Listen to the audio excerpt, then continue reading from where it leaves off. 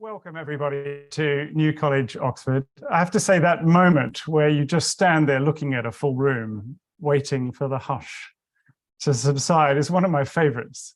I'm Cameron Hepburn. I'm Professor of Environmental Economics here at Oxford, now or soon to be the first Badcock Professor of Environmental Economics, which I'm honored to take, and Director of the Smith School of Enterprise and the Environment. And we have a full house here, I'm delighted to say, because we're going to be experiencing some, exposed to some very good, interesting and important new ideas. And we also have several hundred people online, I understand. So welcome online. You can't see around you the surrounds, but we're here in the McGregor-Matthews room at the center of the college. We have a beautiful quad here, some lovely gardens there, the old city wall far in the distance. And I guess you can quibble about the name New College. It's not that new, it's 1379, but everything was new once, even ideas. And I'm hopeful that tonight we will see some important new ideas being shared. I'm really just here to welcome you. We have three quite remarkable characters with us tonight. It's a feast, intellectually speaking. So Professor Joseph Stiglitz, a Nobel laureate in economics for work on asymmetric information in 2001, will kick us off with a half hour on work that he's been collaborating on with Professor Lord Nicholas Stern, who I think will be known to all of you for his leading work on public economics and climate economics. Joe has a special place in my heart because my very first interview for a post at Oxford, I was told would be a kind of sedate fireside chat with a couple of other dons. And I walked into a room with a panel of 9 people in gowns, in suits, little chair in front of them all, and a flip chart. And the opening question was, can you please give us a tutorial on asymmetric information? Really? Like now? I said, well, I normally prepare my classes. I've done a lot of teaching. I said, no, it's okay, just do your best. I thought, oh God, okay, right.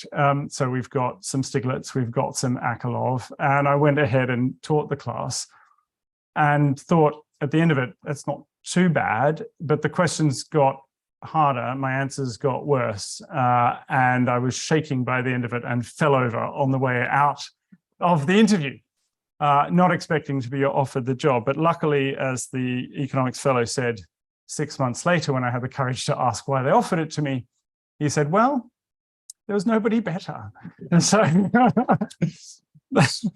that's what happened. So anyway, Nick and Joe both have an important part in my history, but far more importantly, they have played very significant roles on the national, US, UK, and global stages in making the world a better place. But on top of that, the icing on a very nice cake, we have Professor Dame Sarah Whatmore, no less, moderating the discussions. Sarah has been a huge supporter of the Smith School for many years. She is covered with honors. If I started listing them all, we'd be here for a very long time, but she's a very distinguished professor of environment and public policy here at Oxford and at Keble. So with no further ado, because you don't want any further ado from me, I'm going to hand the floor to Professor Stiglitz from Columbia to talk to us about climate change and growth. Please join me in welcoming Joe.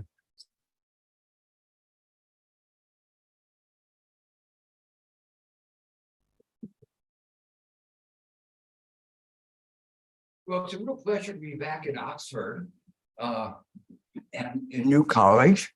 I'm just on the other, I spent my time in Oxford on the other side of the wall in All Souls, but I actually didn't get to New College very often, if ever.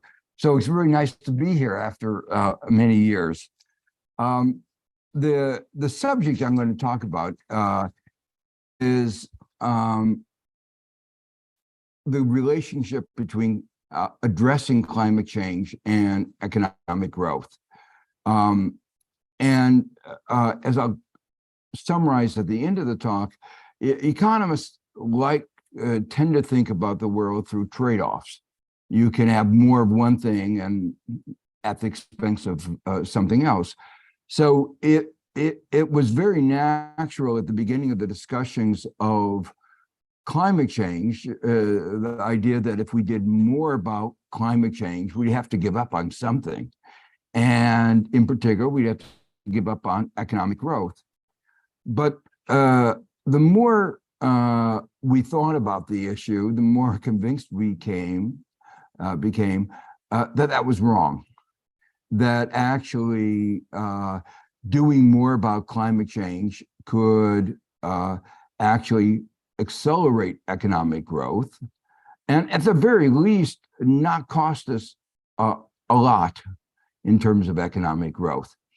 And the magnitude and the nature of those trade-offs is very important as a matter of public policy, because it in some sense affects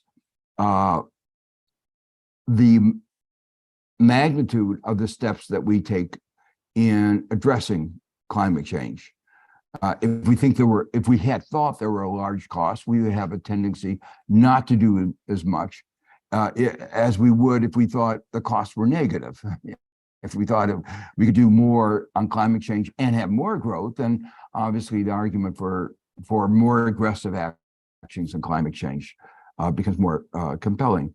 And so understanding the relationship between climate change and growth is really pivotal for public policy. It's only one element, and in some of our other work, we focused on risk, and I think actually risk is really a predominant factor in thinking about climate change. But in this paper, we focus on particularly on economic growth. Now, they told me this thing would work, but I may have to. Oh, is there a technician here? Oh, what? Okay. So I want to contrast what we're saying in this paper with a dominant school in the United States. But there's a sort of embarrassment here, because while the view I'm going to describe, and I hope none of you have bothered wasting your time studying it, the dominant school on this question in the United States doesn't have much purchase here in Europe. And so I'm always, when I talk about these issues, in Europe, the reaction is, oh, it's obvious. And when I talk about it in the United States, the answer is, oh, you have to be wrong. And they actually don't, it's really hard penetrating into the discourse in the United States. So for those of you who don't know, the dominant school in the United States has been the integrated assessment models promulgated particularly by Bill Nordhaus, and as I say, a lot of other scholars in the United States. And they come to this view that we ought to be roasting, the way they put it. We ought to allow climate increase in temperature of 3.5 to 4 degrees. And they say that's optimal. Why do they say it's optimal? Because in balancing the costs and the benefits, they say, a little roasting isn't that bad. Some people say, Newfoundland, we can even swim in Newfoundland if we allow a little climate change. And so they think of actually a little warmer planet being a good thing, and the cost in economic growth being very large, and therefore we shouldn't pay the price. So both the cost of climate change, they argue, is less, and the cost of doing something about climate change, they think, is greater. And Nick and I, in one of our earlier papers that came out in the Journal of Economic Methodology last year, try to explain what was wrong with Nordhaus and his work. And in a way, you should say it obviously is wrong because the global consensus of the scientists are very strong, very big risks, increase in risk in going from 1.5 to 2 degrees beyond, and going beyond that is even greater risk. And so I asked my students, who do you think is right, Bill Nordhaus or the entire rest of the world? And my students, who obviously have chosen to listen to me, say, obviously the rest of the world is right and Bill Nordhaus is wrong. But that's not a good enough argument. You actually have to sort of say, where did he put the wrong rabbits in the hat? And in our paper, we try to go through that. His work is largely based on a standard representative agent with an intertemporal maximization problem with no market failures other than the environmental market failure. And the core thing that we focus on, and reflected in the title of the paper, is the inadequate treatment of risk and the extreme uncertainty that we face, not having increases of atmospheric concentration of greenhouse gases like we're getting to for millions of years, a clear view that nobody in their right mind would undertake those kinds of risk. And so you have to say, well, I won't go on to, what does that imply about the people pushing these models? The interesting thing is that there are versions of the model which even partially correct some of these modeling failures, and they get much more reasonable results. And in many ways, that demonstrates the lack of robustness of the model and the limited usefulness for policy. The interesting thing of now the discussion in the policy context in the Biden administration is that the implication of that framework that I just described, the integrated assessment model, as Nordhaus articulated, with 3.5 degrees being optimal, was that the social cost of carbon was very low, like $35 a ton. And that, as I say, was important because it said the government shouldn't do very much about it, do anything where the cost was greater than $35 a ton. And there's been a concerted effort to try to get the administration to change that from the level that it was put under Obama administration. And they are now moving very strongly to a much stronger price of carbon. Now various government agencies are using between $100 and $200. And so I can feel good that we've actually, there's been some move on this particular issue. So what I want to do is to go, reasonably quickly through what we considered to be a set of key failures in one part of the analysis, and that is on their analysis of why the effects on growth of addressing climate change. So the first thing is that when one thinks about it, one has to get what economists refer to as the counterfactual right. That is, say, what growth would be in the absence of change, and of absence of doing something different in our policy framework. And the fact is that already there is high destruction of property, threats to lives, health, because of climate change. In the United States, in various years, the loss of damage has been in the order of 1 to 2% of GDP. And, it's across the board, floods, hurricanes, wildfires, you name freezing. I mean, the extremes of weather, and the damage done in Texas, and there's a little bit of feeling of just, there are a lot of climate deniers in Texas, and so they've been punished by God and suffered one of the worst freezing spells, which destroyed their electricity framework, and had a particularly strong effect because Texas said that it didn't want to come to the assistance of any other state in the country if they had an electricity problem. So it designed its electricity grid so it was not integrated with the rest of the country.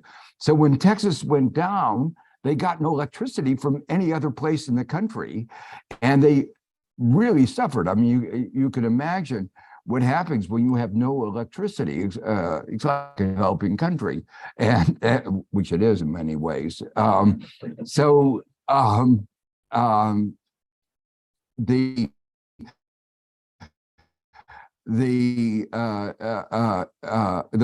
point is enormous amount of damage, which obviously has a cost.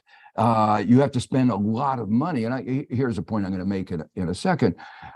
Spending money to correct the damage shows up in GDP.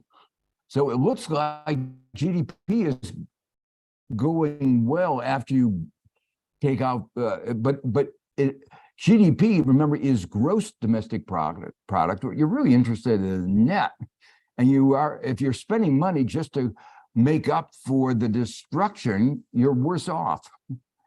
And that money that is spent to repair the damage is money that can't be spent to make the economy more productive. So the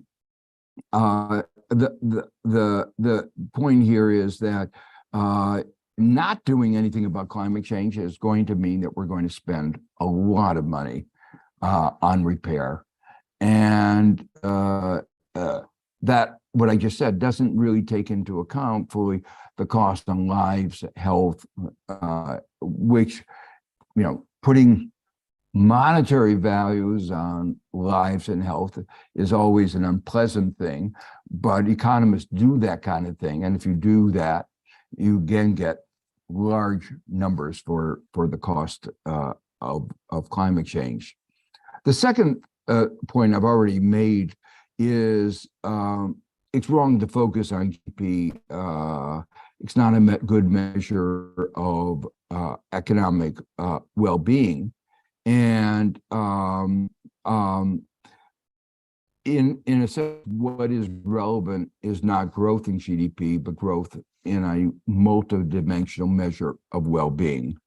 And with climate change increasing at pace, there may be marked differences between GDP and a true measure of well-being.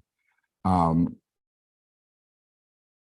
third thing is really core to understanding why doing something about climate change may actually be good for economic performance is the risk. It was central to our earlier paper, but it's also important here.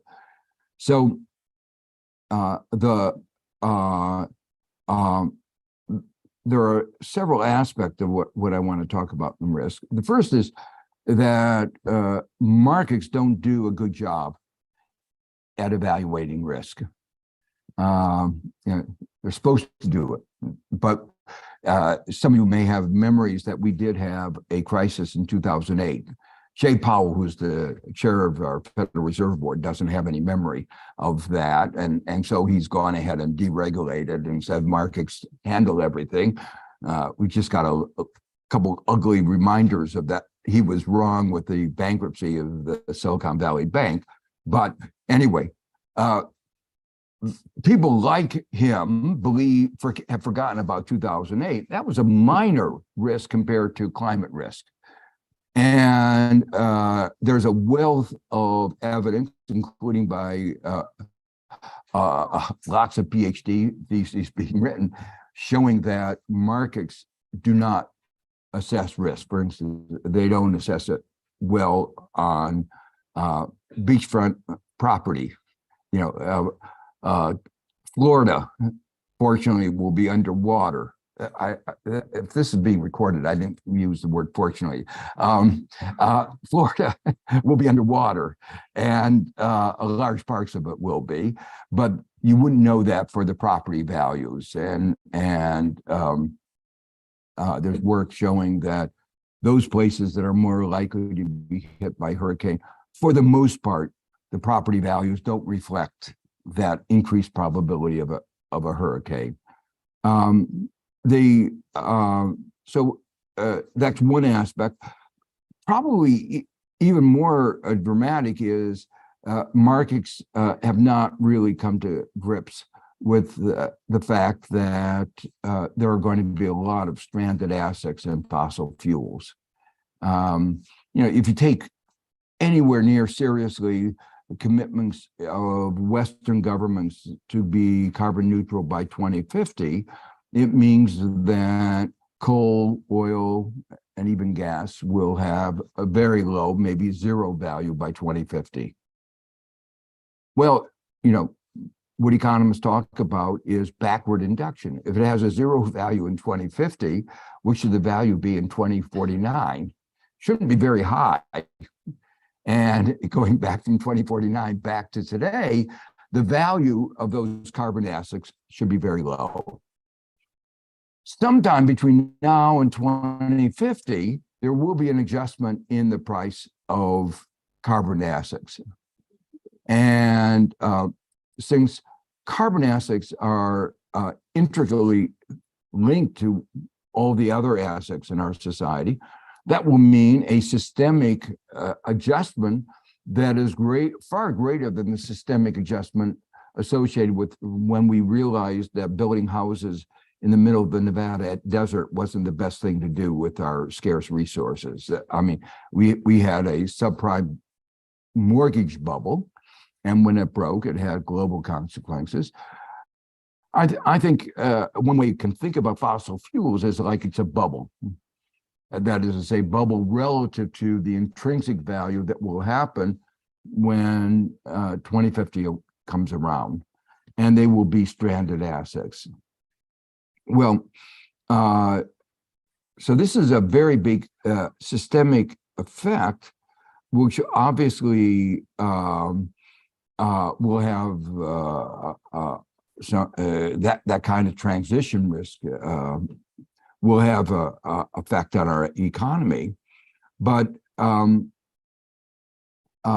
it's also true that private investors realize that there's some risk. They may not realize it precisely in the way that I've just described. They don't really understand the systemic risk, and they don't understand clearly the dimensions of the various aspects of risk, but they know that there is risk out there.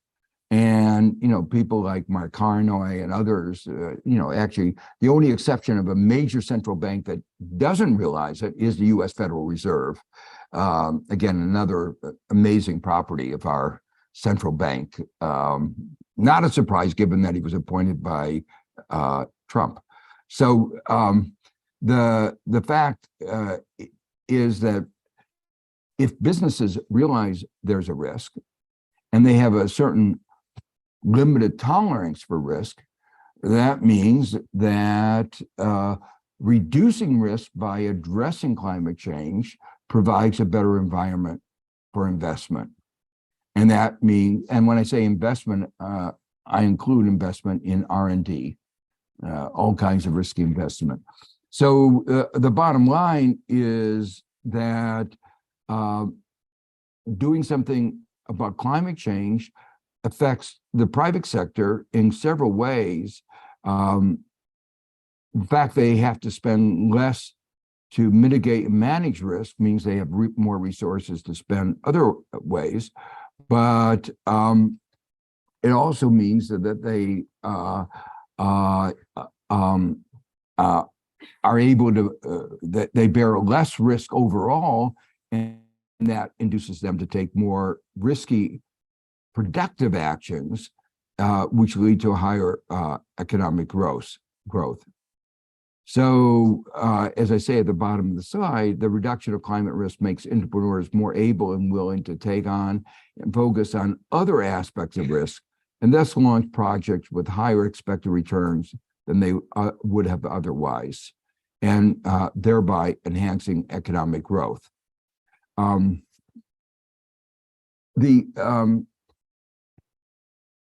The failure of market, these problems are exacerbated by the fact that risk markets are imperfect, and that makes risk much more salient. In other words, if you have perfect risk markets, many of these risks could be distributed throughout the economy, and they would be the ability of the market to manage the risk would be better. But we have very imperfect risk markets, and that exacerbates these problems. But that's only one of several market failures that reduce efficiency, damage investment, innovation, and growth, and create inequalities and unemployment. So there are a lot of these that were part of the implicit question that Cameron tried to answer in his interview related to credit rationing, access to credit, which becomes more difficult in the presence of uncertainty, just an example. But the one important market failure that we've had persistently, not always, but frequently, is that economies often operate at far below full employment. And why is that important? I'll come back and emphasize that in a few minutes, but that's particularly important because investing more on climate change provides increased aggregate demand that stimulates the economy. So when you think of there being a trade-off, the underlying hypothesis of Nordhaus's work is that we're always at full employment. And that's obviously not true. And there are increasing worries, as I say, that I'll come to this in a second, that with AI and with some other changes, the problem of employment will be even greater. Oh, 5 minutes. Oh, I'm way behind. Okay, so I'll just go over some of these things fairly quickly. One of the real problems that is related to the market failures and risk is the market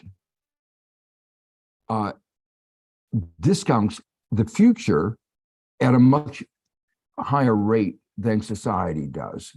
The typical firm uses a discount rate of around 10% or higher. But when you're using discount rates of that magnitude in thinking about long-term investment, it means you're putting almost zero weight on the future. 10% means 7 years, the weight is 1/2. 14, it's 1/8, 1/4, and so on. So anything that's 50 or 100 years gets a weight of essentially zero. So that's the way the private sector does things, but it's not the way society should be doing things. And because we ought to be paying more attention to the future. And this, as I say, matters a great deal. And one of the key reasons is the private sector, it's a market failure, often confounds risk and time. And so when the private sector, when there's greater risk, typically responds by discounting more. And that means doing less in terms of climate avoidance. But if we viewed the risk of climate change being greater, our response would be we ought to do more about it, not less. And that's because of the peculiar way that the market confounds risk and time discounting. So the appropriate discount rate, when you take into account risk correctly, is a very low, possibly negative discount rate. But that means correcting excessive discounting by the private sector, engaging more public investment, can again be growth enhancing. In other words, undertaking social investments based on appropriate discount rate of 0 to 2% can actually enhance, means that we aren't acting in such a short-sighted way and can enhance economic growth. Well, there are many other aspects of this growth. We ought, that I mentioned at the very beginning in the second point, I emphasized the importance of looking beyond a simple measure of well-being of GDP. And one of the criticisms of using GDP is that it doesn't take into account distribution, who's affected. So you might say a democratic GDP that weights the growth of income or well-being of different parts of the distribution. And when you do that, you realize that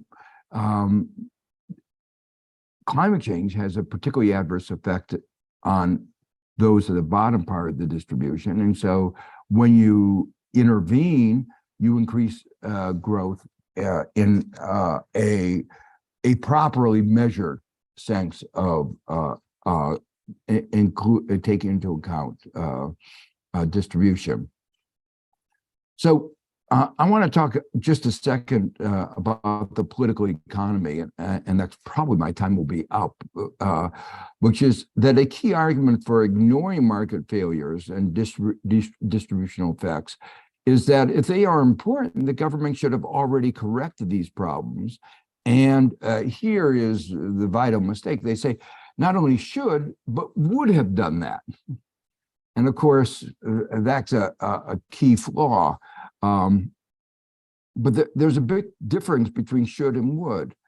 There are costs of redistribution, and these impediments to doing something about market failures and distribution may be influenced by climate change and public discussion of action on climate change.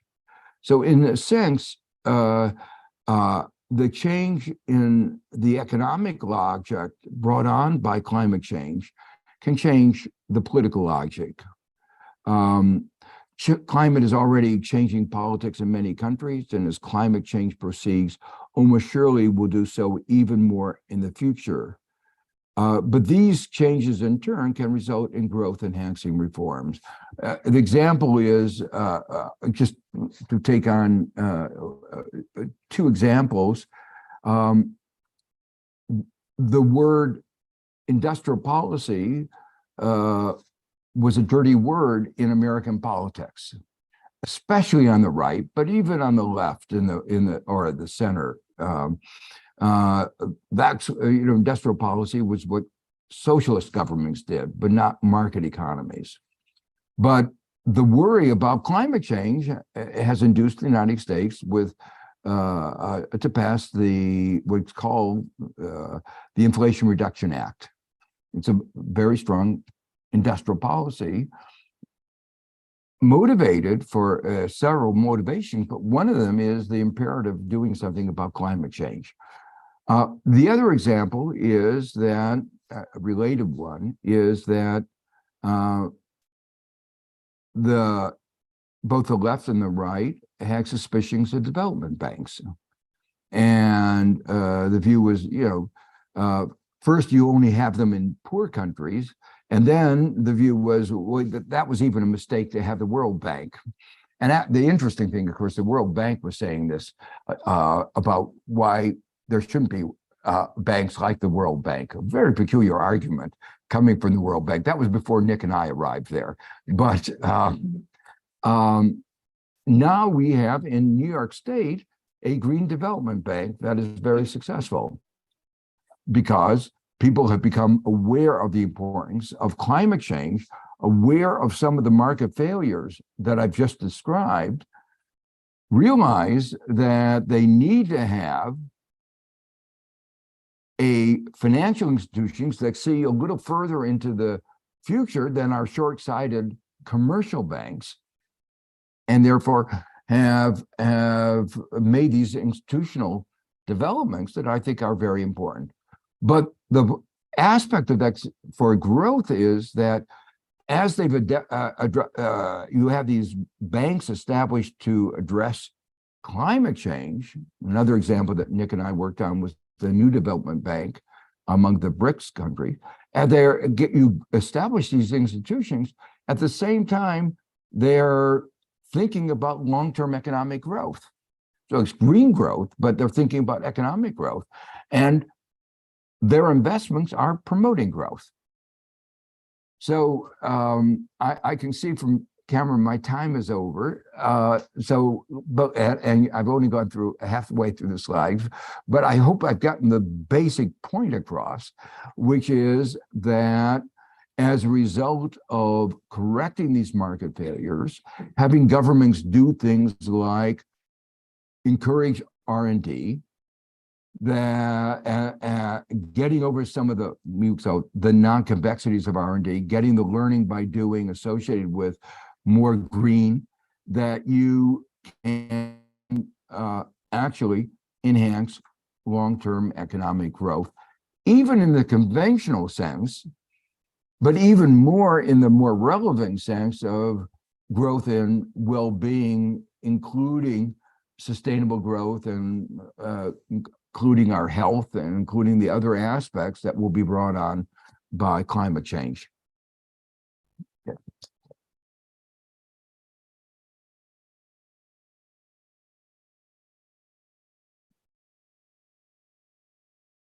Thank you very much, Joe. I think you can stay there because we have a brief 15-minute response now, and well done for keeping to time. I appreciate that. From well, you were Lord very Stern. stern. Well, I have Lord Stern next to me. How could I be anything else? So Nick, the floor is yours.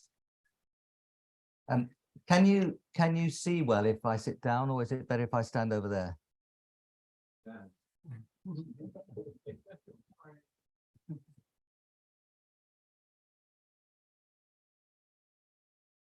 Now, it's always a huge pleasure listening to Joe.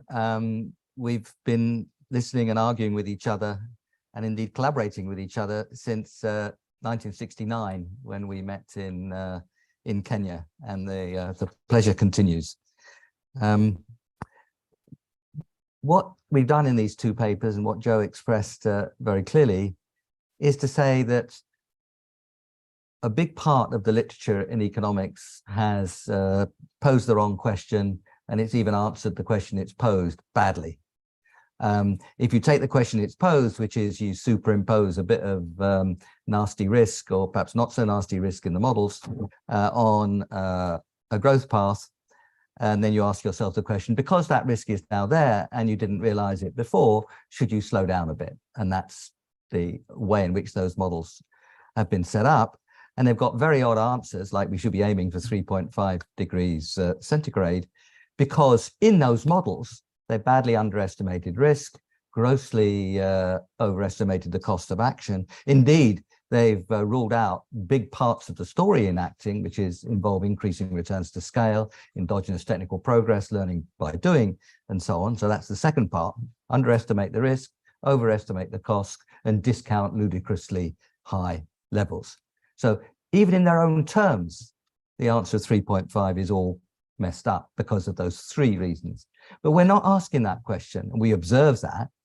They're deeply misleading even on their own terms. But actually what Joe was setting out very strongly and clearly there is they're just asking the wrong questions. They're the wrong models for what we have to do and how we have to act. And what I want to do is to go beyond the story, which is the first part, which is sort of dismantle the way in which those models have been expressed and show they're wrong. It's necessary because they've occupied so much space. What I want to do is to go on and ask the sort of questions around, well, what should we be doing? And what should we be doing now, given that we're in a hurry and that this decade is decisive? So what I want to do is to say, look, It's not simply that the arguments that there is inevitably a trade-off between climate action and growth are wrong. It's that actually there are still more positive stories here, that driving towards climate action drives you towards a stronger form of growth, particularly, as Joe emphasized, if you think of this, it's not just growth in a crude sense. This is about development. You know, it's about health and the environment that we enjoy or don't enjoy enough, and so on. So I want to tell that positive story. But remember, in a world that's wildly inefficient for all the reasons that Joe described, you don't necessarily have to confront trade-offs in policy. Inefficiency means you can do much better. Yeah, I mean, in the really crude static sense, you're inside a production possibility frontier and you can move off. Of course, dynamically, it's much stronger and deeper than that. That's why we try to speak the language mostly of choices. There are big strategic choices to take, but they're not always trade-offs. And so choice is the story that we look, and we want to show that you should be choosing growth, and you can choose growth of the right kind, sustainable, resilient, inclusive growth, and it's there to be had. Doesn't mean it's easy, but it's a much more attractive way of doing things than the dirty, destructive models of the past. So why is there a positive story of growth? Well, first, the clean is cheaper than the dirty across about a third of emissions. The clean will be cheaper than the dirty, probably for 2/3 of emissions, if thinking about sectors now, if you roll out another 10 years or so. Already there on electricity, pretty close, or actually probably already there in transport in large measure, provided you've got the clean electricity. And it's coming in green hydrogen. If we bring that down to $1 or $2 a kg for green hydrogen, perhaps 10 years away, then green steel is in the money. And then you start to be able to talk about zero carbon shipping and flying a bit further out than that. We can see that story. So first reason for growth is that it's already cheaper. In many areas, it's going to be cheaper down the track. The second is this is where innovation is particularly strong. All sorts of exciting things happening all the time. Thirdly, this is all about resource efficiency, not wasting things, using things. Efficiency is productivity, is growth. The circular economy is good for growth, or whichever way you do your resource efficiency. Fourthly, not killing people is a good idea. It's actually even good for growth, not killing people. I mean, not killing people first. I mean, we kill what, somewhere 8, 9, 10 million a year from air pollution. Not all fossil fuels, but a lot of it is fossil fuels. And that's a lot of people. I mean, the number of people who die each year is sort of a little bit north of 50 million. So killing 8, 9, 10 million for air pollution is rather a lot in that sort of that. And of course, the effects on growth, you have to take into account the people who get maimed. You know, it's not just the killing, it's the maiming and the incapacity that comes from. That's the fourth reason. Cities where you can move around much better are more efficient cities. That's a big part of the story. Ecosystems which are robust and fruitful. That's very good too, in growth across a whole range or development across a whole range of investments. And finally, and this is a very important point, and it's very close to the argument that Joe was putting, in order to do this, in order to grasp this much better development story than the dirty, destructive models of the past, in order to do this, you've got to invest. We have to invest worldwide an extra 2 or 3 percentage points of GDP. In emerging markets and developing economies outside China, probably 4 or 5 percentage points of GDP. So that's a big kick up in investment. And you could say, well, if it's a big kick up in investment, why are you attributing to climate change action? Well, we're attributing climate action because the case for that investment is being made through the need for action on climate change. And I think it's fair to say that it wouldn't happen if you left it just by itself. So that extra investment itself will drive growth. So there's 7 big reasons there. I mean, you can go on, but this is the growth and development story of the 21st century. But the big challenge is getting that investment in place. So that's the first part of what I wanted to say. How long have I got? Okay. Now, the second part, you've got to be very careful with numbering, because if you say I'm going to make 6 points and by the time you've got to 4, you've forgotten the last 2, you don't look very good. But the first part, that was the first part I wanted to say, which is the positive positive growth story. The second aspect of lecturing is you start saying finally about 2/3 of the way through, because it gives them hope. And it's such a good word, you should say it more than once. But the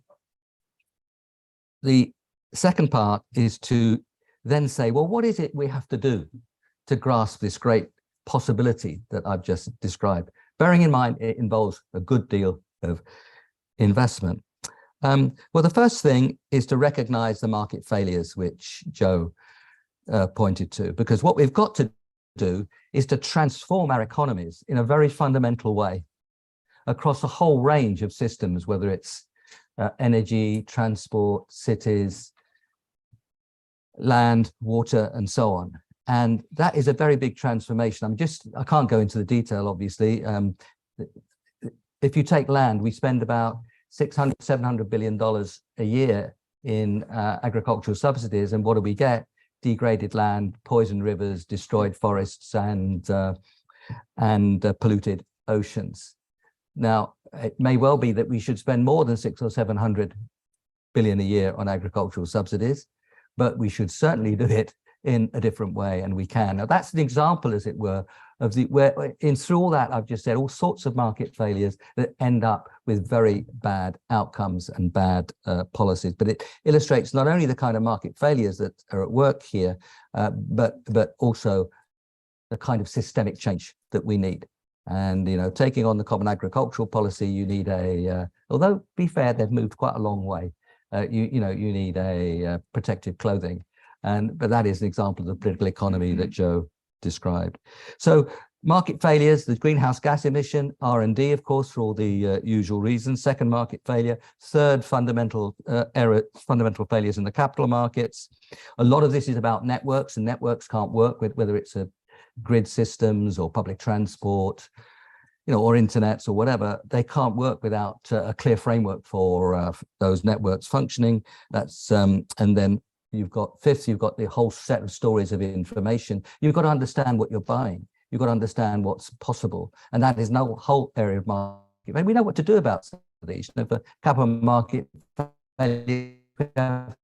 development banks, for information failures, we can have some compulsory labeling and so on. But all these have to be tackled to get the kind of systemic change which we're talking about. And of course, what's blithely called co-benefits in this story is number 6, which is of the market failures we underline, and that is all the story about air pollution and soil pollution and water pollution and so on. All these are market failures which you have to tackle in order to get kind of shift in the structures which we're talking about. I've already emphasized the big systems that we have to change.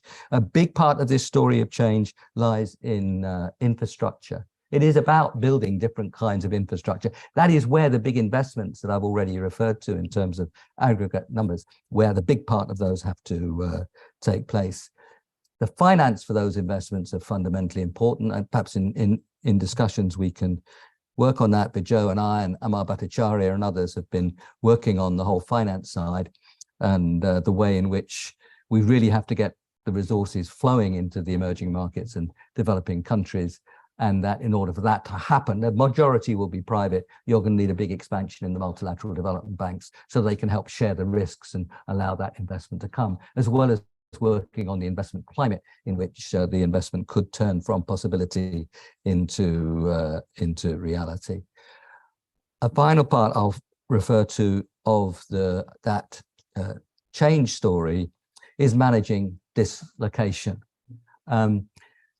People who make pistons will be out of a job. Yeah?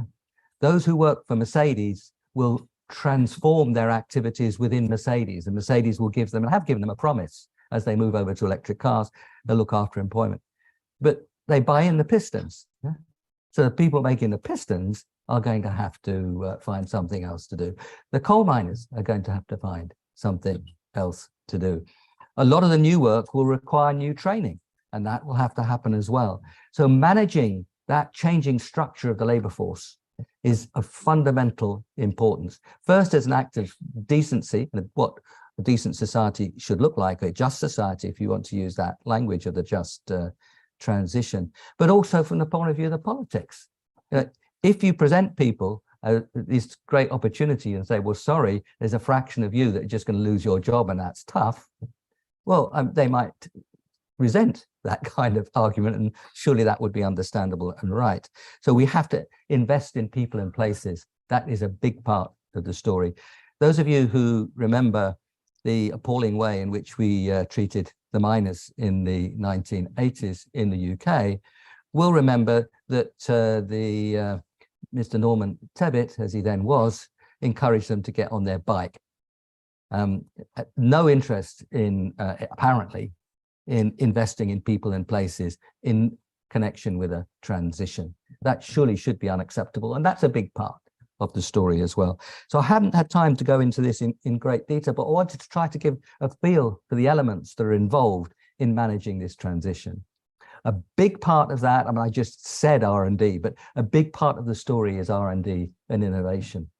And we've seen how fast that has moved with pretty second-rate policy. We didn't envisage when we did the Stern review now, what, nearly 17 years ago, that all the major car companies would now declare the end of the era of the internal combustion engine, and you'd see very rapidly falling costs of electric vehicles.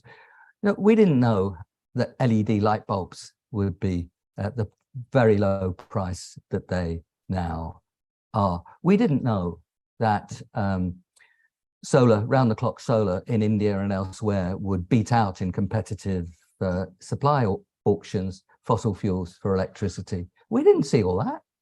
And that is come about through broad intent, sense of direction, and fairly modest policies. Imagine how fast all that could move if we got our policies in a much stronger, clearer, coherent way. And a big part of that is in the word clear. If you're going to get the investment, and this is an investment story, which we've emphasized throughout, you've got to have clear, credible policies lasting over a period of time. So fluctuation in politics and policies is not good for that whole story of investment. That's why the climate change legislation in the UK was such a good idea, because it looked out and it was committed across government. There are only five MPs who voted against the climate change legislation in 2008, and we know who they are. Yeah? So that's an example where you can get coherence. Chris Skidmore, who just come in with a very good report showing the relationship between climate and growth, spent a lot of time talking to the relevant parties in UK politics. That is a big part of the story. So time is up. I'm going to spend 1 minute, if you like, if you'll allow me, on discounting, because that subject has been so messed up in economics when it actually doesn't take very long to be clear about what it is. The first thing is, don't start with discount rates. You start with discounting. Discounting is the relative value of something now relative to something then. It will depend on the something you choose, which good and so on. But that's what discounting is. It's a relative shadow price. And in economics, that's what we do. We do relative prices. That's a central part of the story. That's the right way to start. As soon as you say it, you recognize immediately that the value of something down the track depends on what the world looks like when you're down the track. So if the world's going to be very poor, then the value of that something down the track, for most people, this is a value judgment, one that most people would take, is that the thing down the track has high value because it's coming in, it's becoming available when you're not very well off. So as soon as you said that this is discounting and it's that relative shadow price, immediately you start to think about it the right way. How well off are we going to be 50 years from now? Well, if we don't act on climate change, extremely badly off, at least with some significant probability. So the story of discounting is exactly that, comparing something now with something in the future. The worse off we are in the future, and all these come with probabilities, or even in terms of scenarios. So that's what the story of discounting is about. So it makes no sense at all to think you can go and hike that discount rate in from some market, because that market will have whatever it has assumption about the future, which is probably all over the place. You have to go straight to the value judgments and the issues you're taking. And then the discount rate is the rate of fall of that discount factor, which is the relative shadow price. It's just basic economics, which just got lost in the whole discussion. And as Joe said, if you try to go from after this, you're making at least 3 mistakes, apart from starting in the wrong conceptual place. The first is that when people make transactions in the capital markets, they're expressing private values, not social values. The second is that those capital markets are riddled with market imperfections. And the third is that they conflate risk with the kinds of relative prices we're talking about. And what we're trying to do is pull those apart and treat them both in the same framework. So that's my bit on discounting. I think it's shocking the way in which the discussion of discounting has completely missed the point about what the subject is and what it should be founded in. Otherwise, it's very good. Okay. Yeah, thank you.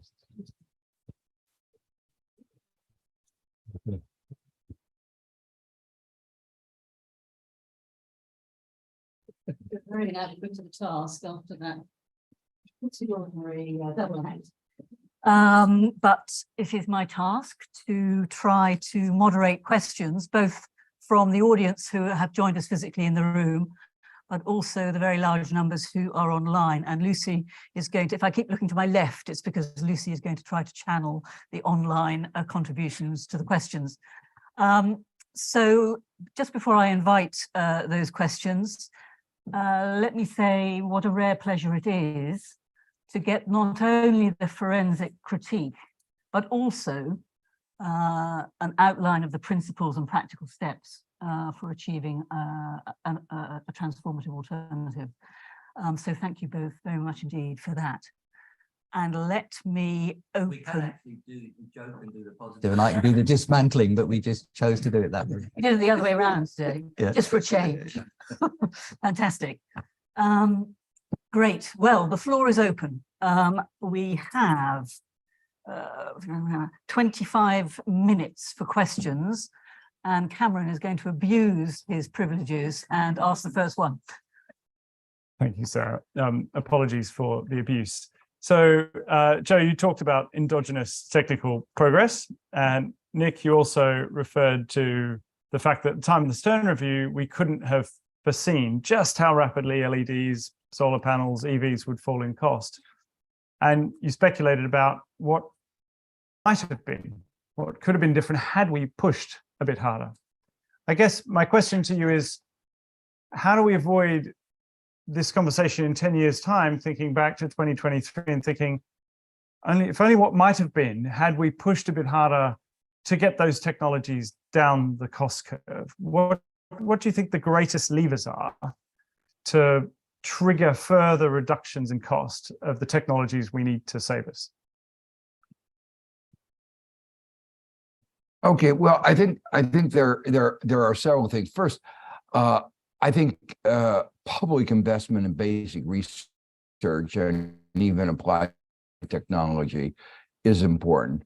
And one of the reasons it's particularly important is when we discover something, we want it to be used. And the market tends to want to use the monopoly power of a patent, and that inhibits the dissemination. Basic research is really important to occur in universities and research labs. So I think the first thing is to have more public research. The second thing is that the price of carbon, or the shadow price of carbon, needs to be increased. And when I say the shadow price of carbon, what I have in mind is regulations. You know, when you tell a car company that they can't emit, they'll figure out a solution. There was an old joke about every time US try to increase the time we were focusing on energy efficiency, we really should be focusing on emissions efficiency. But every time the US increased the standards, which are called CAFE standards, the American car companies ran to their lawyers to lobby against it, and the Japanese ran to their labs and tried to increase their research expenditure, you know, saying we're going to meet that target. But that's the kind of attitude that the Japanese had, which is it's a challenge. an engineering challenge, an interesting one intellectually and of enormous social benefit, and they responded. Having a zero price on carbon, either implicit or explicit, I mean, means there's no incentive. And that's where what Nick pointed out, in the face of very low incentive, we've had enormous progress. And if you had more incentive, you could just imagine how much more progress there would have been. The third thing I'd emphasize is an idea that Tony Atkinson, who was the master here in Nuffield, and I worked in a paper back in 1969, was the idea of localized technical change that combined with learning by doing. The way innovation happens is partly by doing things.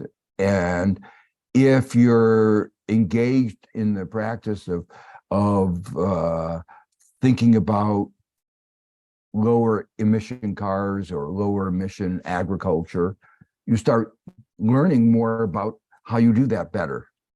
And so if we can get the kinds of systemic changes that Nick was talking about, then you have more people doing the things that will actually lower emissions, and that will feed on itself. So those are at least three of the things that I think would be helpful in moving us down the cost curve and increasing emissions efficiency. Yeah, I wanted just to, I fully agree with the way Joe described it. What I wanted to do was re-emphasize the investment point here, because there's a sense in which we've prepared the ground. We've had that technical progress. Had we done it better, the ground would have been even better. But we've prepared the ground. The challenge now is in the investments and the innovatory investments that are going to be necessary to drive this whole story. And whether you follow Keynes or Van Hayek, or if you're sensible and follow both, you will know that at the core of all this is expectations. We want to drive investment forward. You've got to have clarity and certainty is never available. Life's not like that. But you can take away some of the uncertainty, in particular some of the policy uncertainty. So you not only have to have the right kind of policy, you have to have some kind of credibility and stability in that policy. That's, for example, why the Paris Agreement was valuable. It's why the climate change legislation is valuable. It's why the Inflation Reduction Act is valuable, because once that gets going, it's going to be very hard to take it away in the United States. So you need to put in place expectations of the path that you're going to follow in order to pull that investment through. You have to enable that investment also in the macro sense, because we live in a world where planned savings is inadequate. Planned saving is too much relative to planned investment. That's a story, if you like, of secular stagnation. It's a story of insufficient investment and low productivity. So we have to have international collaboration around rectifying what is a world macro problem through the overall expansion of investment. Some of that will involve tackling sort of the debt problems in developing countries and so on. So I would have a laser focus on investment, the conditions for investment, expectations around investment, all the right kind of policies to pull that investment in a good direction, and the macro management of that investment, because we need strong inflows into emerging markets and developing economies. That's a lot of the finance will have to be internal, but a lot of it will have to be external. So that will be bigger balance of payments deficits. That's what capital inflows do, or are counterparts of, in terms of the arithmetic. So there's a lot to manage, but if we insist that this is a story of getting all this attractive investment going, then I think we start asking the right questions and coming up with the right policies. Question over here in the front. Not with the mic. You can hear me? Oh, okay. Okay. Yeah. So I have lots of thoughts and questions, but let me maybe ask one to each of you. One was about the distributional effects, because you were saying the poorer are the worst, the worst hit. But then I thought it depends if you look within countries, it seems to me, or across countries. I guess you meant across countries. But within countries, often we think of climate policies, and I'm not an expert in any way, but it's been regressive, that if you start putting certain policies in place, it will be actually the poorest that will suffer the most from, say, not the poorer people may not afford an electric car. So I think, to me, within countries, it's not obvious that the distribution, often the political feasibility is precisely because some of these policies may hurt the poorest. Across countries, I agree, the poorest developing countries are the one hit the most, and then that's where you need the coordination, the World Bank or other multilateral institution trying to help out. But so I had this comment, and I wanted to see what your reaction, and then about policies. So you seem to talk a lot about investments, I guess subsidies. So what about carbon taxation? Do we worry? I guess there's a role for both. But this led me, I saw a paper presented a few days ago at a conference where somebody was showing, and something that made me a bit less optimistic about your view that there's no trade-off between growth and environmental objectives, in the sense that this paper was using the China shock. So the increased protectionism of Trump vis-a-vis China, and showing the region in China that were worst hit, so where growth had been hindered because of the way their export specialization, had actually lowered the emission targets, emission that increased. So you had a negative shock to growth, and these had led to endogenous changes in endowment policy where they were being less ambitious. And this makes me a bit less. So that's, I guess, a third. I have a view. Thanks. Who wants to go first? Yeah. I'm not just going on about investment. I was being deductive. If you take what we have to do, and this is a paper which Amar Bhattacharya, Virasongwe, and I have done. We did it for the COP at the request of COP26, COP27 presidencies. If you ask what's necessary to deliver on the Paris Agreement, and that, of course, speaks of well below 2 degrees, pursuing 1.5. It speaks of mitigation, adaptation, loss and damage. It speaks of natural capital and so on. If we are going to deliver on that, then these are the kinds of investments we need. I'm not dreaming. This is not aspirational. This is deductive. It's saying, if we want to get where we've said we need to go, and we were very wise to say we need to go there, this is what we have to do. So the policy question becomes, how do you generate that investment? Now, we would lay a lot of emphasis on expectations, the right kind of policies. And Joe and I think would say, yes, carbon price, but regulations will be very important. Now, the statement that you can't sell internal combustion engine vehicles after a certain date has led to huge investment in the motor car industry, clear, strong rate. And we know that when you have lots of uncertainty and increasing returns to scale, price signals are not necessarily more efficient than regulation. We're going to have judicious combinations of both those things. So the investment is what's necessary. Strong signals can really pull through that investment. But at the same time, as I said, the people who make the pistons for Mercedes-Benz or whoever will have to find other things to do. Now, sometimes, the markets will adjust instantly, maybe not. And that's something that has to be a crucial part of policy. So, if you're running down coal areas, then the action on climate change, absent some other policy, would be bad for growth in those areas. So what we're saying is, what you need to do is to invest in people and places as part of the overall policy of realizing this growth story. So you have to put it, you have to put it together, and you can't just say, well, those areas make pistons, produce coal, so it's all bad for them. It's only bad for them if we let that happen, and it's a key part of policy not to let that happen. Yeah, so let me just amplify on a couple points. First, the last point that Nick made was, what is the counterfactual? And what we know is that if you just focused on one thing, the health effects of climate, it is the poor who overwhelmingly bear those negative effects. The rich people live in places that are less polluted, and they will move away from the hurricane areas, and so a lot of the adverse climate effects can be avoided by the rich and that will be borne by the poor.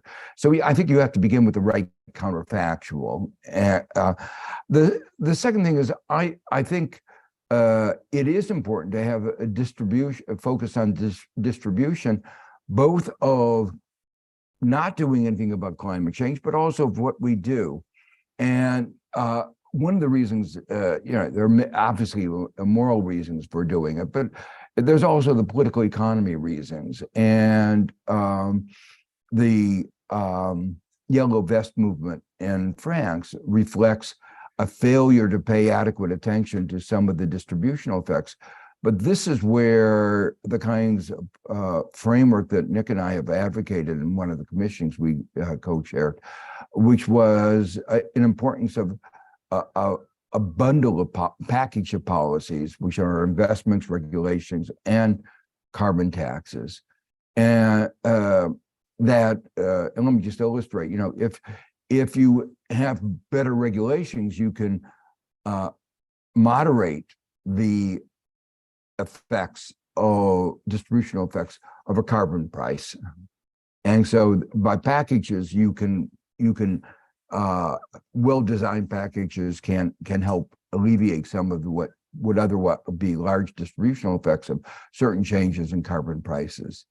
But the second thing is that one of the reasons for the strong reaction Yellow Vest movement, if you go to, for instance, northern part of France, is that 10 years before Macron did what he did, was they took away public transport. So ordinary workers had to depend on cars. And because they're poor, they had less efficient cars. And it was that combination of having no public transport and then raising the price of gasoline that had such large distributional effects. So if you had public investment in public transport, which is good for the environment, it would have alleviated some of the distributional effects of the carbon policies that were being undertaken. On China, just let me make a couple. Okay.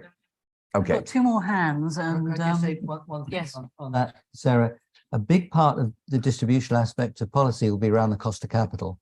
And generally, poorer people pay a higher cost of capital than richer people. So if you want to install an air source heat pump, if you want to insulate, if you want to try to find a way of charging your electric vehicle, you've got to act on the cost of capital. So you need a combined, you need the electricity supply or energy supply company, you need the local authority, you need the bank, and you need, the right kind of workers available to make this happen in a way that can be handled, and particularly around the cost of capital for poorer people is a big part of the story. And that's why Green Development Bank can play a particularly important role, that you can get, for instance, solar panels.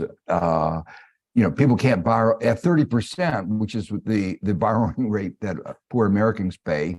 They're not viable. At 3%, which is or 2%, the appropriate cost of capital, they are. And by the way, you were talking about the distinction between distribution across countries and within countries. There is concern about Europe's discussion of imposing carbon cross-border adjustment, carbon taxes, that if developing countries don't have access to technology and face a high cost of capital, it will have distributional effects. So as Europe thinks about imposing that, which I think is a good thing to do, they also need to accompany that by mechanisms of access to technology and access to capital. Right. If the EIB lent 20% external as opposed to 10% external and increased their scale by 50%, they could multiply their lending by 3, and they build metros and so on in India and elsewhere. That's the kind of radical change which is absolutely feasible that we have to make to put this whole set of policies together. Okay. Thank you very much. Now, there were 2 hands. There's now a C, and we have 4 minutes on the official time, to which I will sacrifice some of my closing remarks. So we'll extend that a little bit. Let me take, there's somebody in a green jumper here, and then I'm going to shift to the right-hand side. Can I see hands on the right-hand side? Slightly higher hands. Thank you very much. Okay. Yes. So I think what we'll do is we'll green jumper first, then we'll start at the back on the right-hand side. So if you green jumper first. Yes, I'm Richard Howard from Aurora Energy Research. We do long-term market modeling, looking at energy markets, especially in power. I completely buy into the overall sort of story you're saying that tackling climate change can be compatible with growth. And that models that say that 3.5 degrees is the optimal outcome, like obviously there's something wrong with that model. I totally get all of that and accept it. What I struggle with sometimes is the idea, the narrative that tackling climate change will be very cheap. And lots of models kick out that answer, partly because they assume things like endogenous technology change and cheap access to capital and so forth. And what I see, I talk to clients daily who are actually doing these projects, building renewables, building flexible energy, and all these new technologies as well. And there are many practical things going on now which are actually making their lives very difficult at the moment. And just to highlight a few, raw materials have become very expensive, the critical raw materials that are used in electric cars and wind turbines and solar panels. And the access to capital is much worse now than it was a few years ago because of monetary policy changes and because people are actually understanding the risks that they're taking, whereas they mispriced those risks in the past. And many of the supply chain companies are on their knees. They're not making money. Look at the share price of Siemens Wind, Vestas as examples of that. So there's some realities there that actually things turn out to be quite a bit more expensive than people think. We may have seen 2 or 3 or 4 years ago some of the cheapest renewables that for this decade. Things have got more expensive, not cheaper in the last few years, much more expensive. So my question is there a risk that we overplay this hand that tackling climate change is cheap? And actually when that narrative catches up and we realize it's a bit more expensive, then that damages a bit of credibility. Go through those on the right-hand side. So we're at the back first. Hi, thank you very much. Alp from the Masters in Sustainability and Enterprise. Professor Stiglitz, you were saying that one of the challenges identified was how GDP is not a good metric for well-being. Could you discuss some of the multidimensional metrics that could be used alternatively? And are those multidimensional metrics used in this narrative of growth, or is the narrative still within the context of GDP growth? Thank you. Thank you. And there was somebody, yes, with a hand with a black, I think it's jumper. And I think, yeah. Yeah, thanks. Professor Nicholas Stern, I wanted to ask, so you talked about the importance of expectations and investment. And my question is, what do you think about carbon central banks and their role in managing, potential role in managing the carbon price? And there's one at the front here, gentleman with a beard.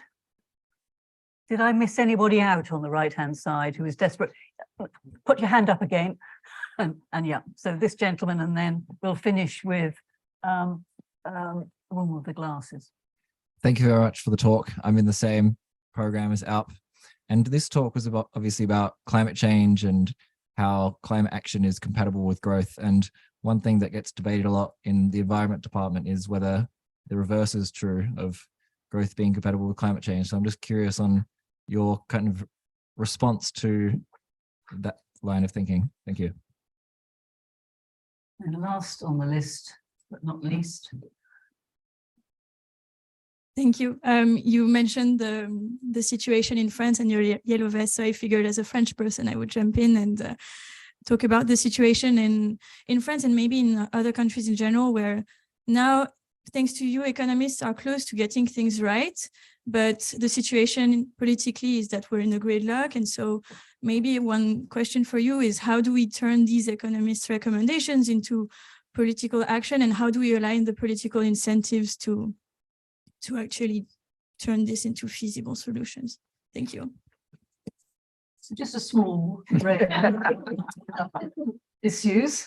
So who would like to go first? Do you want to kick off? Yeah. I think it's very important to our friend from Aurora. I think it's very important to think in terms of investment. And if we're going to have to invest a lot, and that's absolutely core to the story, but those are investments with high returns.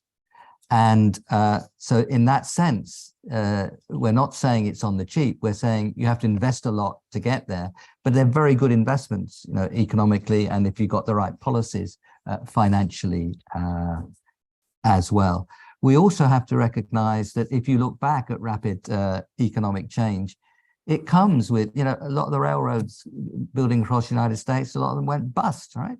I mean, when you've got very rapid industrial change, you've got to recognize that some things are going to go wrong, that you're going to get bubbles within that story. But I don't see LED light bulbs going up in price radically anytime soon. It's highly likely that we'll find different forms of battery. That's just not speculation now. They're really coming through. So yes, there will be bubbles and there will be things that go wrong. But I do think we can be confident in the downward trend of costs in the key things, of course, except where there are critical resources involved. But, you know, things like solar panels, you know, you need a lot of cheap land with a lot of sunshine, and there's plenty of that around. So investment rather than cost, and recognize they're going to be bubbles. Joe, do you want to do growth versus degrowth in a moment? Let me first pick up on one point on this, and looking at it from the macro point of perspective. I think one doesn't want to get too bogged down into the moment. You know, right now we have the pandemic and the war in the Russian invasion of Ukraine. All of that has really tested our market economy and caused all kinds of supply chain problems. But that's not where we will be in a few years. And in fact, I think the state of play that we were at before this, where people worried about secular stagnation, excess supply, is likely to be the state that we're going to go. Let me put it in a broader, a lot of the, you know, it wasn't that long ago that people were talking about not only secular stagnation, but Ben Bernanke, the governor of the Federal Reserve at the time, talked about a savings glut. Now, what the implication of that is that we have too many resources, not too little. And, I think overall they were wrong, but they were right about one thing, that our institutions were not functioning enough to make the resources get deployed where they were needed. There were, and to make the kinds of investments that Nick talked about. Okay, so I think that for the next 30, 50 years, the levels of investment that we need are going to help the economy maintain full employment, and that we have a problem going on beyond that of a savings glut and a underemployment. But for right now, really the investments, these investments are really what are, is the medicine our economy needs, given the normal position, which is not the immediate post-pandemic world. The other question you asked is one that I ran out of time to talk about, was this question of called the no growthers. Is growth, as somebody else asked, is growth consistent with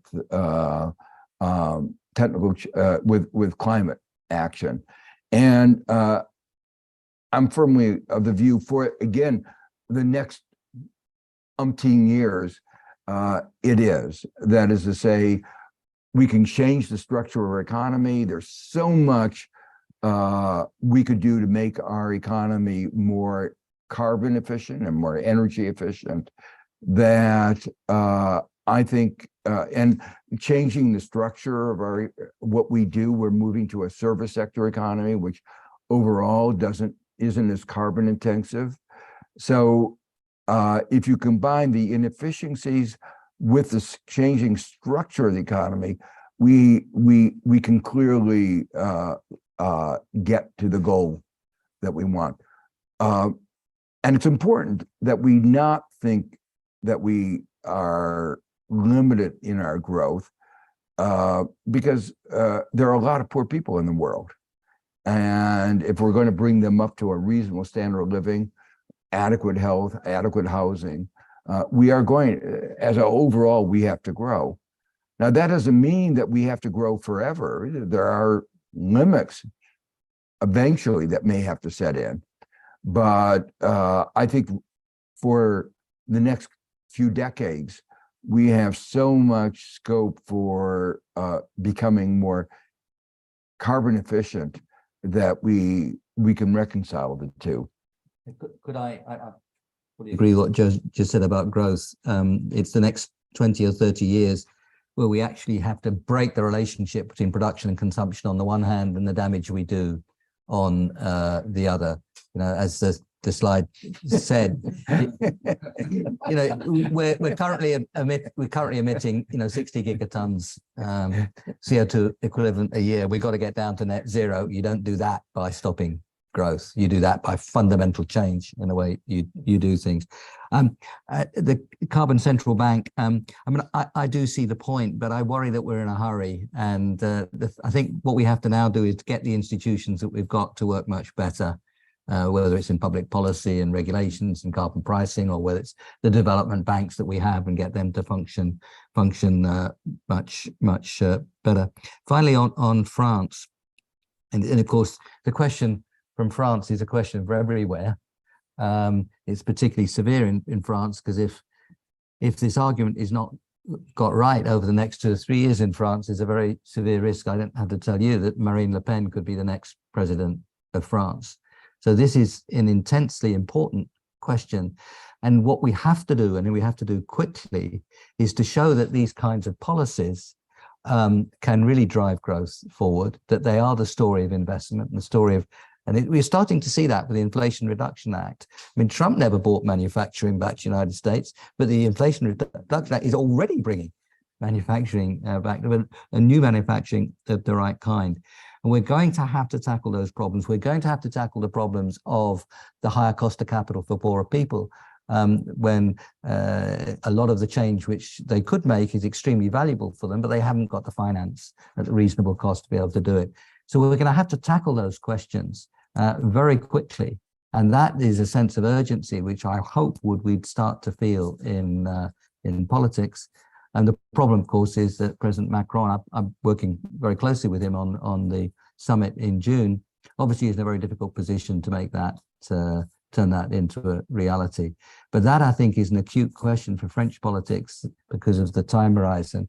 But it's actually a question for everywhere. We've got to turn this into a story where the investment drives the growth, and in the radical changes that we have, as many people as possible get real opportunities to participate. I guess the final word, the question you posed more broadly is, how do we get political action? And I think among younger people, I think the realization of climate change is just much more visceral, much more. So one way of getting political action is to kill off all the older people and change, therefore, the balance of political power. But the other way, a little bit less violent, is to increase the understanding of both the cost of climate change, and those costs include the risks, the health effects, and the fact, what we're saying is not so much necessarily that there will be no cost to growth, but I do think that a multidimensional perspective where you reflect the broader effects on society, including the health effects and the dynamism that addressing climate change can bring to our economy, that by enhancing our understanding that there can be these positive benefits from climate change, I hope will help persuade people that in that kind of cost-benefit analysis that people are always doing, that really it does make sense to take stronger actions in climate change. Derek, we've deprived you of some of your time, but we're saying, but one point is that we have, it's one sentence. We haven't said much about biodiversity, but we should see biodiversity is very much wound up with this whole story, and I didn't want to let that go. Absolutely, and had there been more time, one of the questions that came in through Eventbrite was in fact on that very topic. But we must close. I have delayed drinks beyond the endurance of some of you, I'm sure. Really, all I want to say in wrapping up is to extend very warm thanks to the two of you.